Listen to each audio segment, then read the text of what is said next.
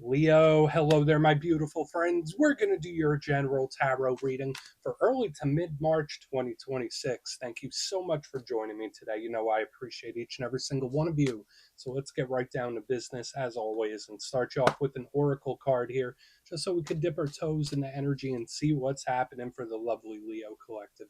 Hope you're all doing fabulous and fantastic, my friends. Let's get it going here. My guide, spirit team, talk to me. What do we got for these beautiful Leos in early to mid March? It's a beautiful time of year, Pisces season. What energies, messages, insights can we take a little peek at? And yeah, we're just going to take a real quick look at this first card. Then we'll get into the full reading itself. At the very end, I'll pull you a bonus card from the Shadowland Tarot just to see what might be in the shadows or what shadow work you can lean into, which is always interesting. But let's get it going here. Let's rock and see what we got for Leo in early to mid March. What's the vibe? What's the energy? Let's get this card out nice and quick, shall we? There we go. Ask and you shall receive. Oh, we got the femme fatale. Now, this energy can be really, really good, especially for a Leo, especially for a fire sign. But there's some things to watch out for, right? Whenever we see Venus flytraps, that's always going to catch my attention. But I usually like the femme fatale. It's a big Leo power energy. Now, before we fully dive into that, if you're new here, I'll be speaking about the March subscriber surprise towards the end, so you might want to check that out. And also, if you could kindly illuminate that like button by tapping it right on its third eye, I'd greatly appreciate it. But enough of the promo, back into the reading. Let's talk more in depth about this beautiful lady here. So we see her, she's decked out all in red. She has the red rose, little red bird, Venus flytraps on the bottom. And I do like to call her the femme fatale. There's a certain beauty and confidence to her, but there's this underlying danger attached. That's what always piques my interest, right? I'm a fire sign too, so I like things that have a little edge to it. Now, for a lot of you, this reminds me of the Queen of Wands for some reason. So it's beautiful, it's confident, it's a sexy type of energy. So for some Leos, maybe you're focusing on aesthetics or looks or wardrobe or something about how you present yourself to the world. That could be a big thing with her. She's a huge card of confidence. And I know if I know one thing about Leos, you have a beautiful level of confidence most of the time. But this card can also sometimes represent the opposite. So hopefully you're not feeling drained or zapped or lacking confidence about something. Now, the real thing, and I think you can already get it with the Venus flytraps and the rose. Roses are beautiful, but they have thorns. Venus flytraps secrete a beautiful, sweet smell that attract things to it. So there's this underlying danger of temptation where Spirit's saying, like, all right, be careful as you move forward. There could be something that you find very tempting, very alluring, that Spirit just wants you to be careful with. So we're just going to let her chill right there. Let's get into tarot. And yeah, I always say that first card, it doesn't make or break the reading. It's just a little footnote. So let's get you 3 tarot cards in the upright. Then we'll get into that intuitive juiciness. Shuffle it up one time here for the beautiful Leos. And while we get this deck shuffled up and ready to go, let's talk about last week's reading. There was some really powerful karmic type energy last week. And the reading was titled Big Karmic Return. Now, that could present itself in a lot of different ways. For some Leos, maybe you're just a little more sentimental, taking trips down memory lane more so than you usually do. It could represent things, cycles, people popping back up into our lives. So just know when I see karmic style energy looping back around, whether it's a cycle or a person, just Spirit saying the door is open for something to pop back up. So keep an eye on that, especially the next couple weeks. But we're going to see what shows up this week. As you know, energy is very fluid, never set in stone. So only take this how it hits for you, because we could be seeing your vibe or somebody else, right? Let's get it going. 3 cards for the lovely Leos. What do we got for our friends? Oh, there we go. Yeah, one of your power cards. Cool. I'll take it. We got the sun in position, number 1. Beautiful stuff. I don't want to get too over the edge with happiness just yet.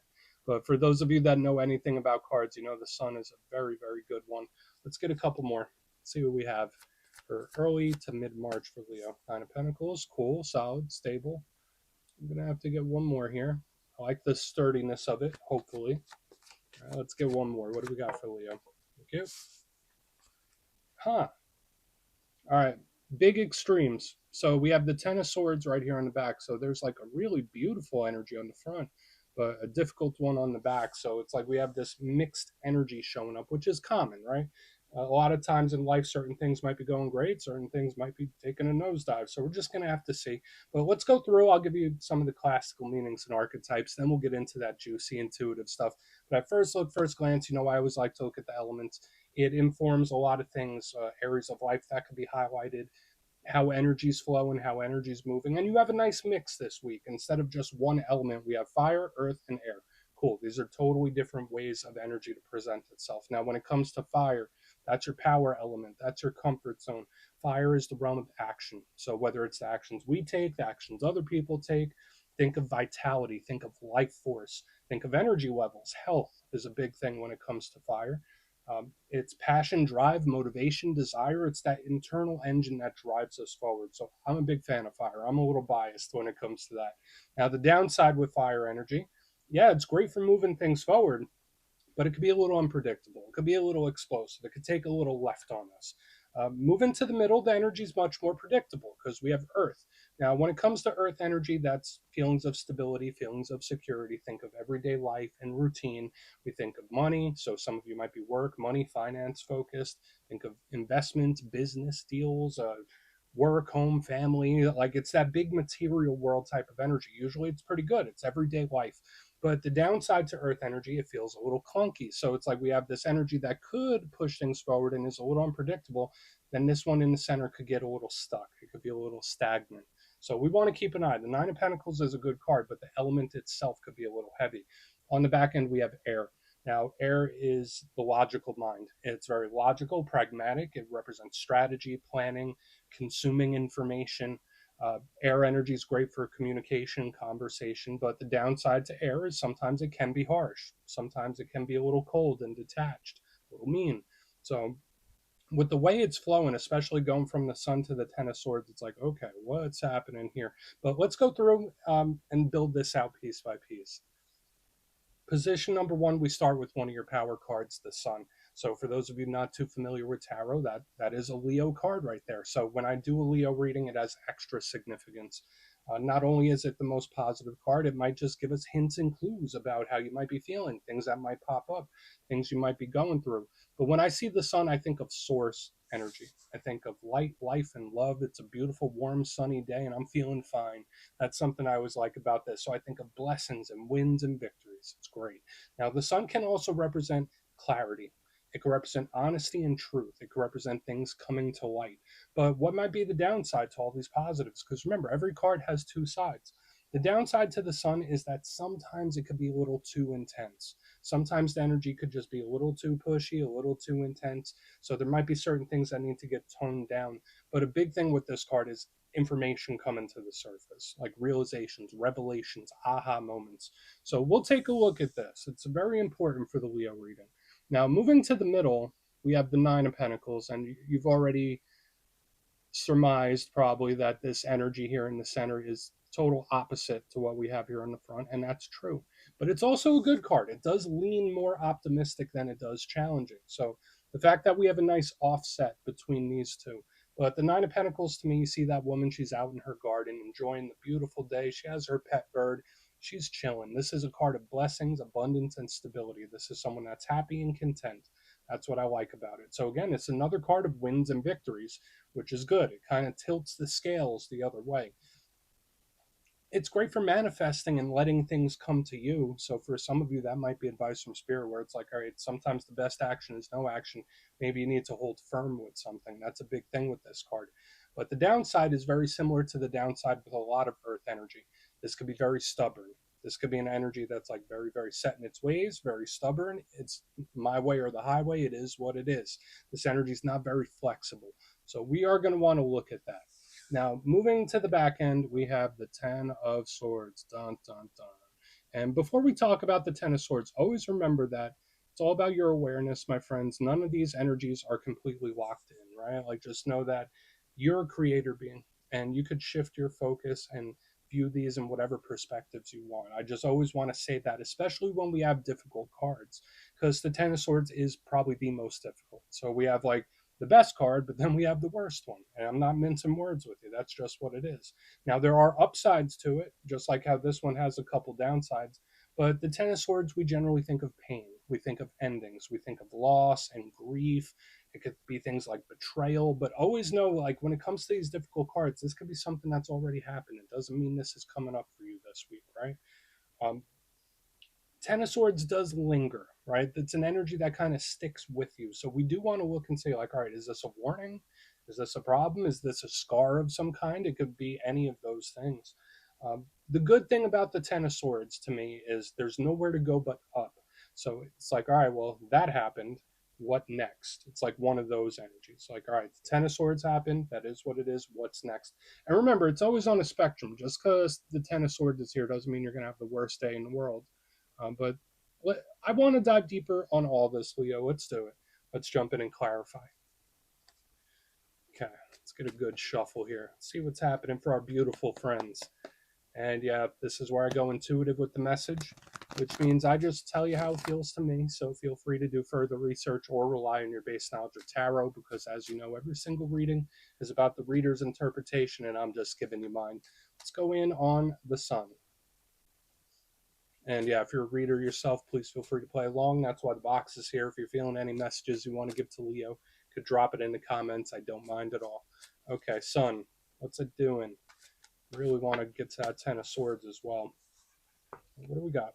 Cool. All right. I mean, this is a great energy. So we have the Three of Cups in the upright. Beautiful. And this is one of my cards of having a good time, having fun. Threes to me represent social things. So whether it's like a group of friends, a group of coworkers, I like it because it is someone else's energy, but it's very social.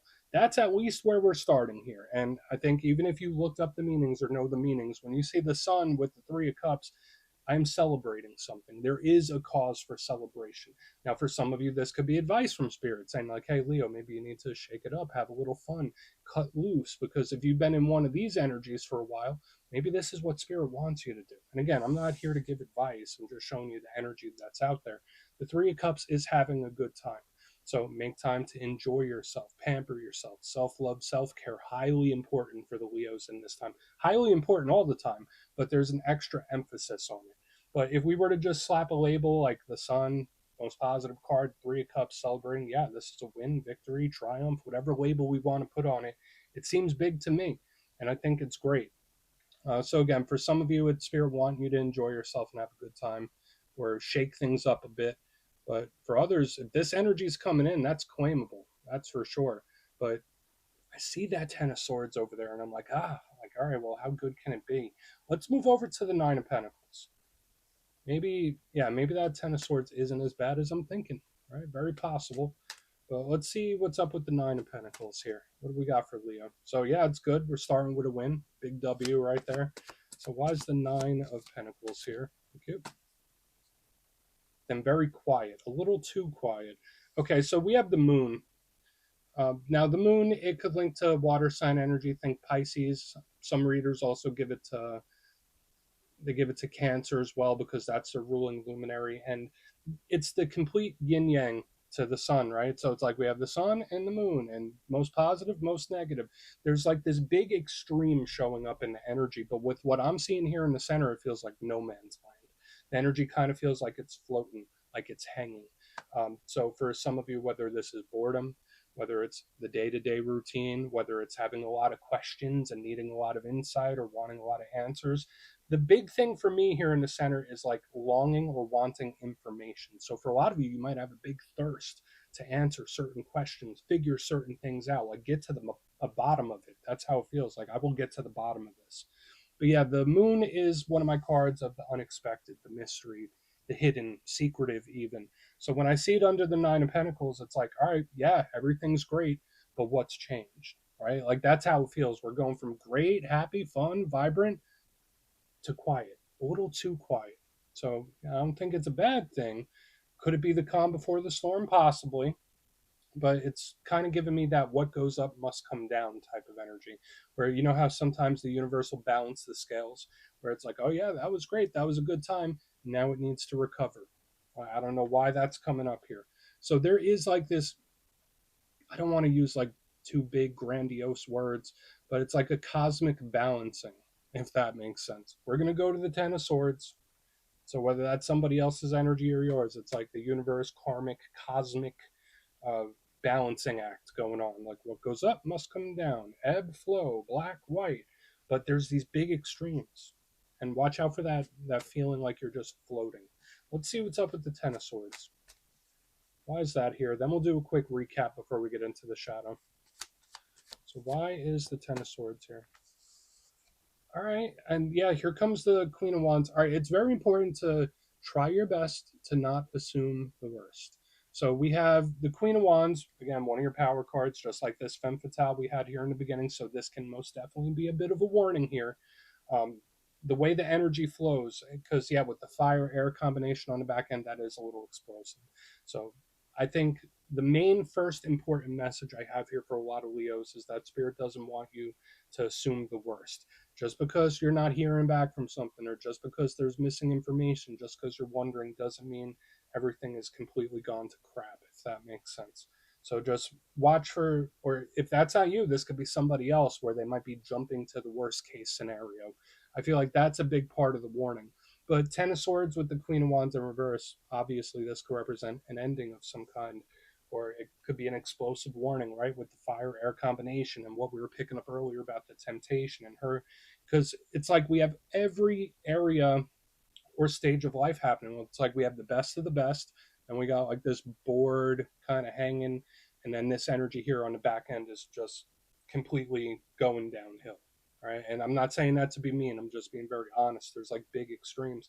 But a lot of times in life, things aren't always as extreme as we might perceive them to be. Okay, that's just something to remember. Most of the time in life, we're in this gray area, right? We're in like the middle. I don't know why that's coming through. Take it however you will, but it's like great things happen, really bad things happen, but most of the time, this is where we're at. So don't assume that this is what's definitely going to happen. But yeah, it does feel like an explosive warning. So watch out for situations that intensify really quickly, things that come in out of nowhere, things that pop up, because like with all the intensity I'm picking up, that's what's here. But let's go through and do a quick recap, then we'll get into the shadow. A lot of stuff happening here, big cosmic balancing act for some reason. So maybe that's the warning we're picking up. But if you kindly look in the box, position number one, we started great. We started with one of the best alignments, right? We got the sun with the Three of Cups. Beautiful. For some of you, that might be Spirit asking you to enjoy yourself. Have some fun. Have a good time. Cut loose. Shake things up a little bit, especially if you haven't been as social as you normally are. For another portion of you, maybe that's just the energy that's coming in. I love it. It's beautiful. It's having a great time. Then things get very, very quiet. Very quiet. We have the Nine of Pentacles with the moon, where it gets a little too quiet for my liking, where it kind of feels like I have a lot of questions. I'm thirsting for knowledge. I'm thirsting for answers. This is like the gray area for some reason. So I don't feel like it's a warning. Maybe it's a little bored. But when we get to the back end, I did say the whole thing we're picking up with the sun and the moon and the sun and the Ten of Swords, there's like this cosmic balancing or karmic balancing happening. So that could be part of the warning. Like what goes up must come down. Like certain things could be coming back into balance, hopefully. But yeah, the Ten of Swords with the Queen of Wands reverse. Try your best to not jump to the worst case scenario. Try to stay in this energy as long as possible, because that is a bit of an explosive warning where it goes like 0 to 100. And just know, most times in life, we're actually here, right? We're not always here. We're not always there. A lot of the time, we're here in the middle. So please take a screenshot if you want to look into it further. Let's see what's in the shadows. Okay, let's get a good shuffle here. And yeah, I always like to pull a shadow card at the very end just to see whether it's something within you or something you don't quite see. Shadow cards don't always have to be a challenge, they could be a good thing too. So let's get you one. And yeah, if you made it to this point in the reading, please feel free to check out channel memberships. I'll put a link for it in the comments below. It's a beautiful way to support the channel. I have much love for all my channel members. Okay, let's get your shadow card out here, my good friends. What do we got for Leo in the shadows? Cool. World, yeah, so the karmic energy. So it's like we have all the planetary bodies in the tarot deck showing up, right? We got the sun, we got the moon, we got the world. Now, the world is similar to like the Ten of Swords in a way. It's not as difficult, but it is karmic, it is cosmic. It represents change, metamorphosis, transformation. We all go through constant change. Sometimes it's faster and more intense than others. So when I see this in the shadows, like it is part of the energy, especially since we had the karmic vibe showing up last week. Now, the thing with the world, in the shadows here, it feels like growing pains to me. So again, there could be certain things or certain situations you're going through where it's like, no, these are just growing pains. So I think that's something to possibly keep in your mind, especially in the short term. But the world, in its shadow sense, can represent either not being able to close the book on something or resisting a close of a chapter. So just watch out for that. But we're going to leave it at that, Leo. That's what I got for you this week, my friends. Don't click away just yet, though. I'm going to give you the details of the March subscriber surprise. If you would like further insight into your situation and you'd like to have a chat with me, you can book a personal session with me at my website, mastermetaphysics.com. The March calendar is live and spots go quick, so you could go check that out. But for the March subscriber surprise, we're doing another winner's choice. I will choose 3 subscribers to win either a copy of the Everyday Witches Tarot, beautiful deck, or a handmade crystal pendant, which I showcase at my website, mastermetaphysics.com. So if you'd like to get your name in for that, it's 2 simple things, as always, my friends. First, you must be subscribed. And second, let me know down in the comments, what zodiac signs do you get along best with? Which ones are your favorite? You'll be entered to win, and at the end of the month, the winners will be announced in my community tab. As always, my friends, much love, and I'll see you soon.